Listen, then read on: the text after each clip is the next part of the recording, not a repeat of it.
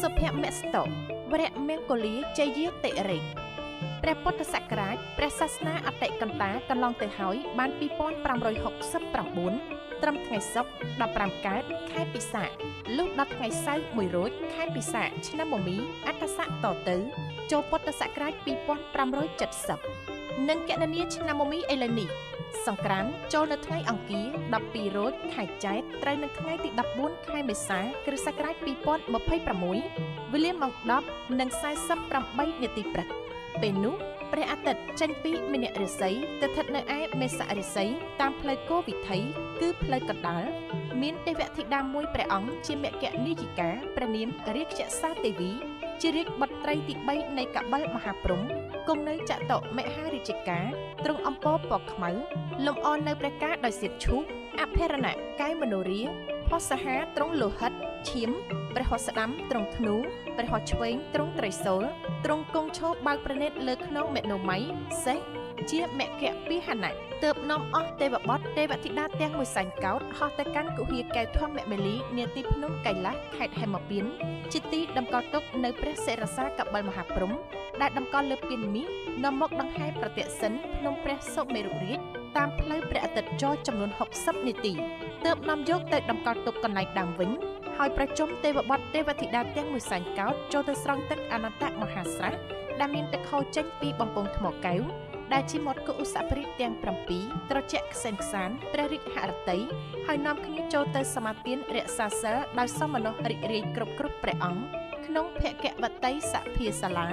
ដែលព្រះវិសកម្មទេវបុត្រនិមិត្តថ្វាយដើម្បីបន្តបងអបមង្គលឲ្យជ្រះស្រឡះហើយចម្រើននៅសិរីសុស្ដីជ័យមង្គលជន្មាយុយឺនយូរដល់ទេវតានិងមនុស្សសត្វផងទាំងឡាយតាំងពីឆ្នាំថ្មីចូលមកនេះបានទូលំទូលាយសុខខ្សែនខ្សានតរៀងទៅថ្ងៃអង្គារ12រោចខែចែកត្រូវនឹងថ្ងៃទី14ខែមេសាគ្រិស្តសករាជ2026វេលាម៉ោង10:48នាទីព្រឹកជាថ្ងៃចូលឆ្នាំវរៈមហាសង្ក្រាន្តថ្ងៃពុធ13រោចខែចែកត្រូវនឹងថ្ងៃទី15ខែមេសាគ្រិស្តសករាជ2026ជាវរៈវណ្ណបត្រថ្ងៃប្រហោះ14រោចខែចែកត្រូវនឹងថ្ងៃទី16ខែមេសាគ្រិស្តសករាជ2026វេលាម៉ោង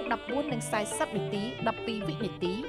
ជាវរៈឡើងស័កគម្រប់ជាសង្ក្រាន្ត3ថ្ងៃស្រេចបរិបូរចូលជាសកលឆ្នាំមមីអត្តស័កមហាសករាជ1948ចលសករាជ1388តទៅនៅក្នុងឱកាសសង្ក្រាន្តទាំង3ថ្ងៃសូមអរប្រជាពលរដ្ឋប្រុសស្រីផងទាំងឡាយរៀបចំពលិកាគ្រឿងសក្ការៈបូជាអត់ប្រទីបជ្វាលាថ្វាយព្រះរតនត្រ័យនិងទទួលស្វាគមន៍ទេវបុត្រទេវធីតាឆ្នាំថ្មីហើយខំលះបង់ចិត្តអាក្រក់អន្តេរដ្ឋីជាចិត្តអប្រិយជាប់ដោយគំនុំគុំគួនព្យាបាទឈ្នានេះដែលកើតមានក្នុងឆ្នាំចាស់ឲ្យជ្រះស្រឡះតាំងចិត្តប្រព្រឹត្តល្អប្រកបដោយមេត្តាករុណាមុទិតាឧបេក្ខានិងបញ្ញាធ្វើបន់សន្តានតាមប្រពៃណីរក្សាសិល5ឲ្យបានជាប់ជានិច្ចនោះទេវតានឹងឲ្យពរសពសាធុការលោកអ្នកនឹងមានសិរីសុស្ដីសុភមង្គលវិបុលសុខគ្រប់ប្រការតាំងពីឆ្នាំថ្មីនេះតរៀងទៅរដាប់ទទួលទេវតាតាមទំនៀមបុរាណរៀងរហូតមកត្រូវរៀបរៀងទេវតានៅខាងមុខផ្ទះមួយសម្រាប់តាំងគ្រឿងពលិកាផ្សេងត្រូវក្រាសម្ពុតពណ៌សហើយរៀបចំនៅគ្រឿងសក្ការៈបូជាទេវតាមានជាអាចបាយសី9ថ្នាក់1គូបាយសី7ថ្នាក់1គូបាយសី5ថ្នាក់1គូបាយសី3ថ្នាក់1គូបាយសីបច្ឆា1គូស្លាធម៌1គូទឹកអប់1គូទៀន5ធូប5លេខ5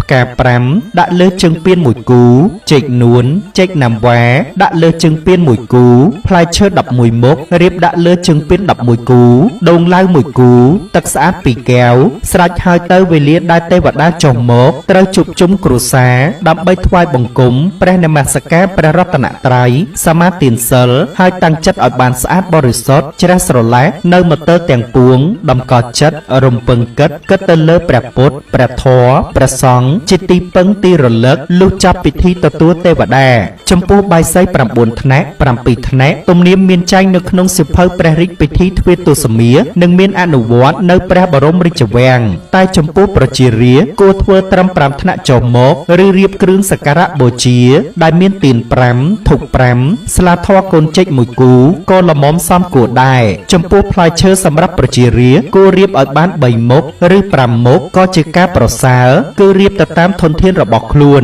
នៅគ្រប់ដង្វាយទាំងអស់ត្រូវដាក់ផ្កាម្លិភួងពីលើគ្រប់ដង្វាយនៅលើជើងពាននិងលើបាយសីហើយត្រូវដោតទៀនហើយដុតបំភ្លឺ